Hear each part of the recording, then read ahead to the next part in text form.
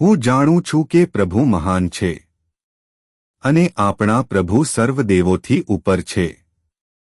રવિવાર 23 ઓગસ્ટ 2026.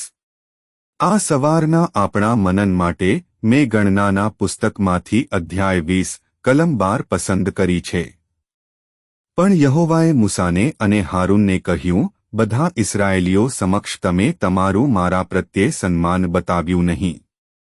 તમે તેઓને બતાવ્યું નહીં કે પાણી કાઢવાની શક્તિ મારામાંથી આવી હતી. તેઓને તમે બતાવ્યું નહીં કે તમે મારામાં વિશ્વાસ કર્યો હતો. તેથી મેં તેઓને જે ભૂમિ આપવાનું વચન આપ્યું હતું ત્યાં તમે તે લોકોને લઈ જશો નહીં.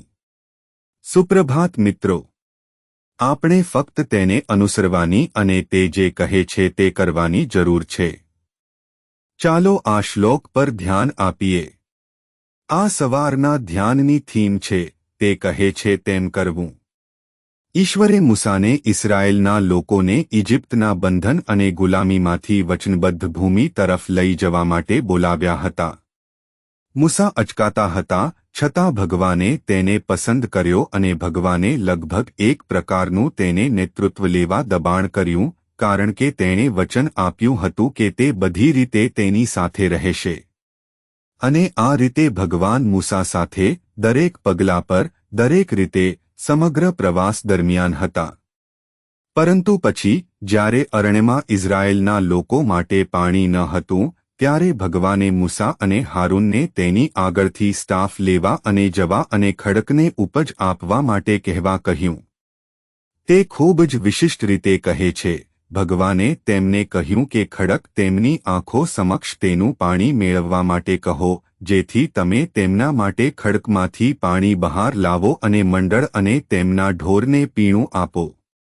ભગવાને ખૂબ જ સ્પષ્ટ રીતે ખડકને તેની ઉપજ આપવા માટે કહેવાનો આદેશ આપ્યો. પરંતુ પછી મૂસાએ સ્ટાફને લીધો અને તેણે 2 વાર ખડક પર પ્રહાર કર્યો અને પછી પાણી પુષ્કળ બહાર આવ્યું. પરંતુ ભગવાને તેને કહ્યું કે તે તેના પર વિશ્વાસ કરતો નથી. સાથીઓ, આપણે જે અનેક પ્રસંગોનો સામનો કરીએ છીએ, આપણે પરિસ્થિતિમાંથી બહાર નીકળવાનો માર્ગ વિચારીએ છીએ. મૂસાએ કદાચ પ્રહાર કરીને વિચાર્યું, તે જ રીતે પાણી બહાર આવશે. પરંતુ પછી ભગવાને તેને ફક્ત ખડક કહેવાનું કહ્યું હતું. એવા સંજોગો છે જ્યારે આપણને અજાયબીઓ જોવા માટે સૌથી સરળ વિકલ્પો આપવામાં આવે છે. પરંતુ પછી આપણે ઘણી વાર માનતા નથી. હા, ભગવાન આપણને એવી રીતે આપે છે અને તેનો અર્થ એ છે કે આપણે સમજી શકતા નથી અને ભગવાન અજાયબીઓ રીતે કરે છે અને તેનો અર્થ એ છે કે આપણે ક્યારેય કલ્પના પણ કરી શકતા નથી. તેથી ચાલો આપણે ફક્ત તે જે કહે છે તેનું પાલન કરીએ અને તેની અજાયબીઓ પ્રાપ્ત કરીએ. પ્રાર્થના. કૃપાળુ ભગવાન, આપણા સ્વર્ગીય પિતા, અમે તમારો આભાર માનીએ છીએ. અમારા માટે મહાન કાર્યો કરવા બદલ આભાર. દરેક બાબતમાં તમારા પર વિશ્વાસ કરવામાં અમને મદદ કરો. ખ્રિસ્તના નામે આપણે પ્રાર્થના કરીએ છીએ. આમેન.